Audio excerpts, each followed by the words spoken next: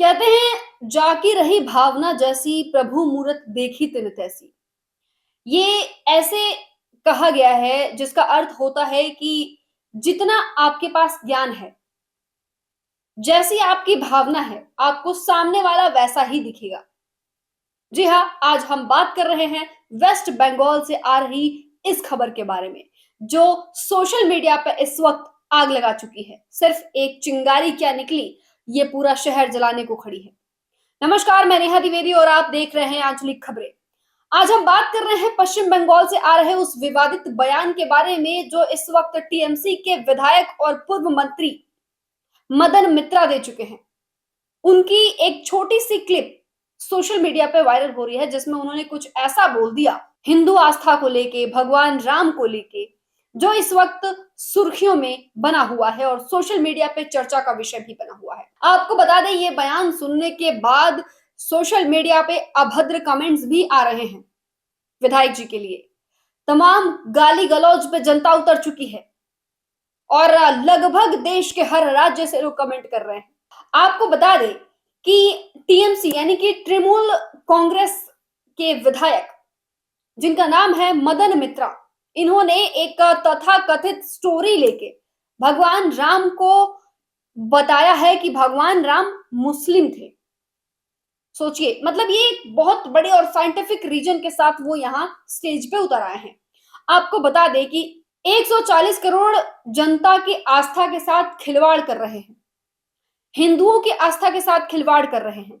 ये स्टेटमेंट देके ऐसा लगता है मानो पूरी इंडिया गठबंधन ने तो कसम खा ली है कि हिंदुस्तान में रहेंगे तो हिंदुस्तान के देवी देवताओं का और हिंदुओं के आस्थाओं का मजाक बनाते रहेंगे। उनके ये स्टेटमेंट के बाद लगातार बवाल मचा हुआ है।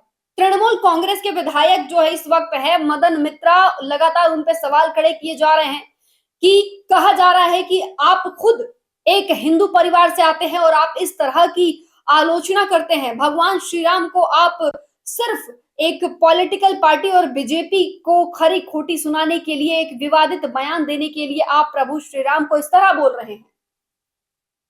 देखिए कितनी बड़ी बात है। अब आपको बता दें कि भगवान राम को ही वो मुस्लिम कह बैठे हैं। आप सबसे पहले ये उनकी वीडियो देखिए जो सोशल मीडिया पे इस वक्त चर्चा का विषय बनी हुई है और जहां पे लोग तमाम गाली गलौज करते नजर आ रहे हैं। वो गाली गलौज हम आपको नहीं दिखा सकते, लेकिन हम वो वीडियो जरूर दिखा सकते हैं। आप एक बार देखिए। तो आमी बोलছি राम मुसलमान ছিলেন, হিন্দু ছিলেন না। যখন পাগলা হয়ে গেল, সে যায় ও যায়, ও ওখানে দৌড়ায়, এদিকে পাগলাটা দৌড়ায়, ওদিকে এই পুরি শিশির বাবুর বেটাটা দৌড়ায়, এ ওদিকে দৌড়ায়। এই ভাই রাম হিন্দু ছিল, রাম হিন্দু ছিল, রামের পদবি কি? इन तमाम बातचीत के बाद जब वो भगवान राम को मुसलमान कह रहे हैं, जब वो भगवान राम के उपनाम को उच्चारित कर रहे हैं, तो वहां पर भी बीजेपी ने टिप्पणी की। जी हाँ, बीजेपी प्रवक्ता प्रदीप भंडारी ने एक स्टेटमेंट दिया है जिसमें उन्होंने ये कहा है कि ये होते कौन है भगवान के उपनाम को बताने वाले। ये कौन होते हैं कि लाखों हिंदुओं की आस्था को तार तार करके भगवान राम को मुस्लिम बताने वाले। सबसे बड़ी बात यह है, देखिए कि प्रदीप भंडारी जो कि बीजेपी के प्रवक्ता है, उन्होंने कहा है कि प्रतिशोध की भावना इनके में इतनी ज्यादा प्रबल हो चुकी है कि ये बदला लेने के लिए किसी भी हद तक गिर सकते हैं। इनका ये निचला स्तर है जिस स्तर पे आके ये इस तरह की भाषा और इस तरह की टिप्पणी वो भी भगवान श्री राम के लिए कर रहे हैं, जबकि ये जानते हैं कि हिंदू हिंदुस्तान में बहुत मायने रखते हैं और उनकी आस्था भी बहुत मायने रखती है। बावजूद इसके ये जानते हुए कि भगवान राम हिंदुओं की कमजोरी हैं, शान है, अगर उन पे कुछ आंच आई तो हर हिंदू खड़ा रहेगा तलवार लेके। लेकिन इस बात की चिंता किए बिना मदन मित्रा ने इस तरह का स्टेटमेंट दे दिया है और इसके साथ ही उन्होंने ये भी कहा कि मुझे अपनी राजनीतिक छवि से कोई फर्क नहीं पड़ता है। जी हाँ, उन्होंने कहा कि मुझे राजनीतिक छवि से फर्क नहीं पड़ता कि चाहे कुछ भी बने, लेकिन भगवान राम मुस्लिम थे। वहां पे मौजूद सभी कार्यक्रम में लोग देख रहे थे उनको, सुन रहे थे उनको, लेकिन किसी ने सवाल और जवाब किया ही नहीं। इस दौरान देखिए सबसे बड़ी बात यह है कि मुख्यमंत्री ममता बनर्जी का अभी तक इस पे कोई स्टेटमेंट सामने नहीं आया है, ना नकारात्मक ना सकारात्मक। यानी कि ममता बनर्जी को भी कोई फर्क नहीं पड़ता है कि आप बंगाल में हिंदू रह रहे हैं कि नहीं रह रहे हैं। ममता बनर्जी को फर्क ही नहीं पड़ता कि आप हिंदुओं के साथ कुछ भी हो, आपके भगवान को कुछ भी कहा जाए, वो इस पे कोई स्टेटमेंट नहीं देंगी। बतौर एक महिला मुख्यमंत्री उनके राज्य में न जाने कितनी घटनाएं होती हैं, लेकिन उनकी कुंभकर्णी नींद सिर्फ चुनाव में खुलती है। आपको बताते चले कि ममता बनर्जी ने सीधे तौर पे कोई जवाब नहीं दिया है, कोई ऑफिशियल स्टेटमेंट अभी तक नहीं सामने आया है, लेकिन सुर्खियों में ये मामला बना हुआ है कि मदन मित्रा ने बोला तो बोला कैसे। अब देखिए, उन्होंने एक तथाकथित अपना एक्सपीरियंस भी साझा किया है मदन मित्रा ने, जहां पे वो मंच पे आयोजित एक कार्यक्रम में वो लगातार अपनी भाषण में प्रभु श्री राम के बारे में क्या कुछ कह रहे थे। लेकिन उसके बारे में तो छोड़िए, हम आपको वो एक पुख्ता और तथाकथित इनकी स्टोरी बताते हैं आपको, जिस जिस कहानी के द्वारा ये अपने आप को सही दिखाने की कोशिश कर रहे हैं।